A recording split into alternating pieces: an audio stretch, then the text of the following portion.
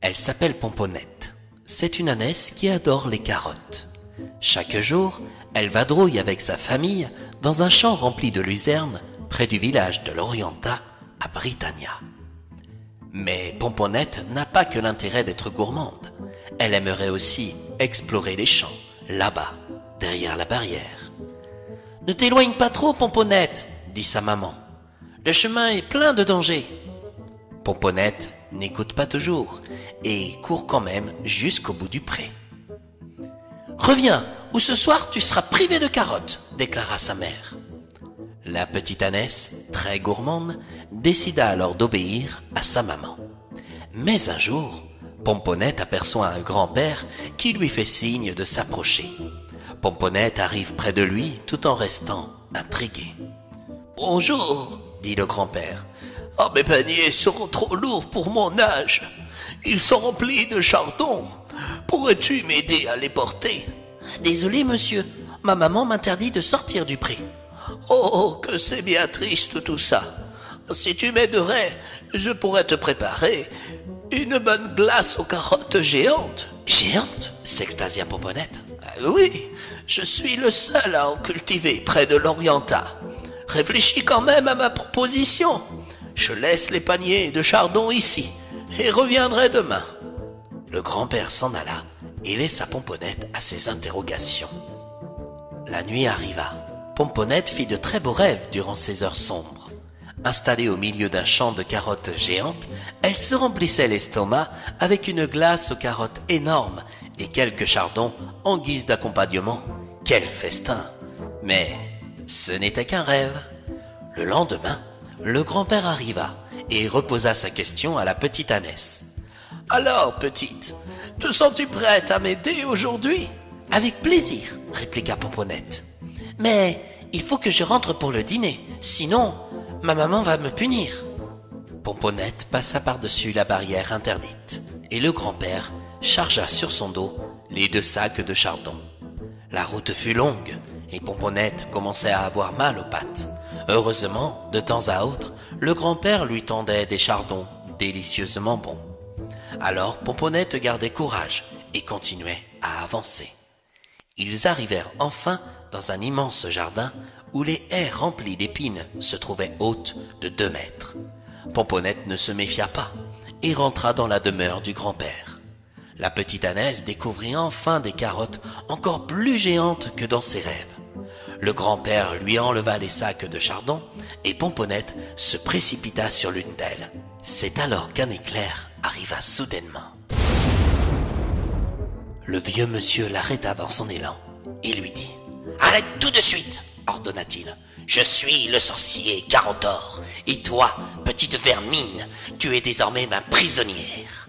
À partir de ce jour, tu vas travailler sous mes ordres, et si tu t'avises de me désobéir, je te transformerai immédiatement en carotte géante. » Sous l'œil mauvais de Carotor, Pomponnette travailla dur, très dur.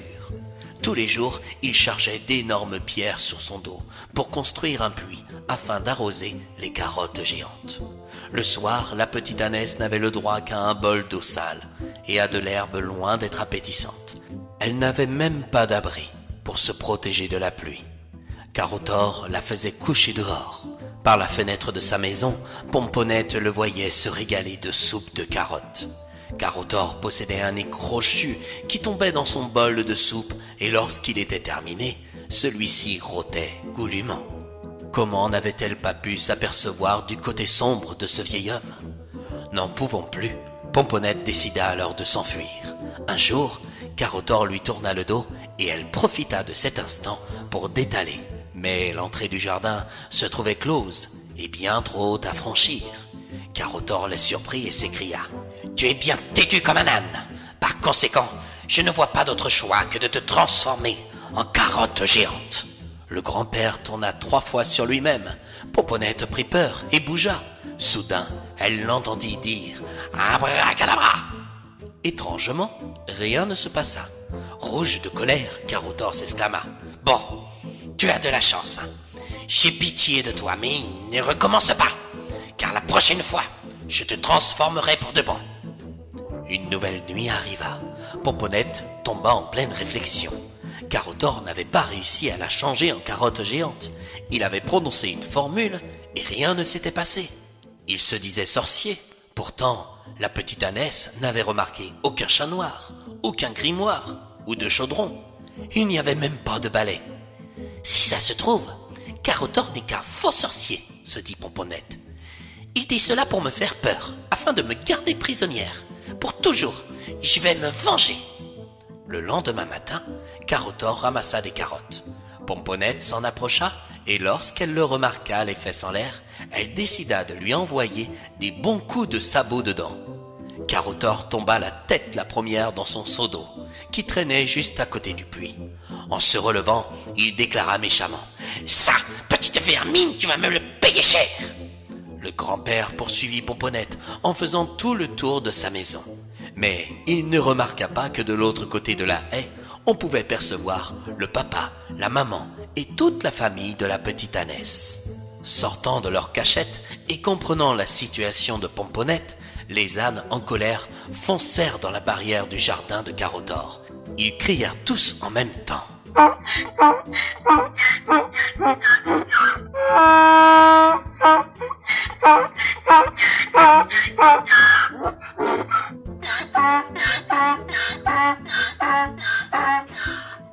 Effrayé, Carottore s'en alla en un éclair, de peur de prendre un autre coup de sabot dans les fesses.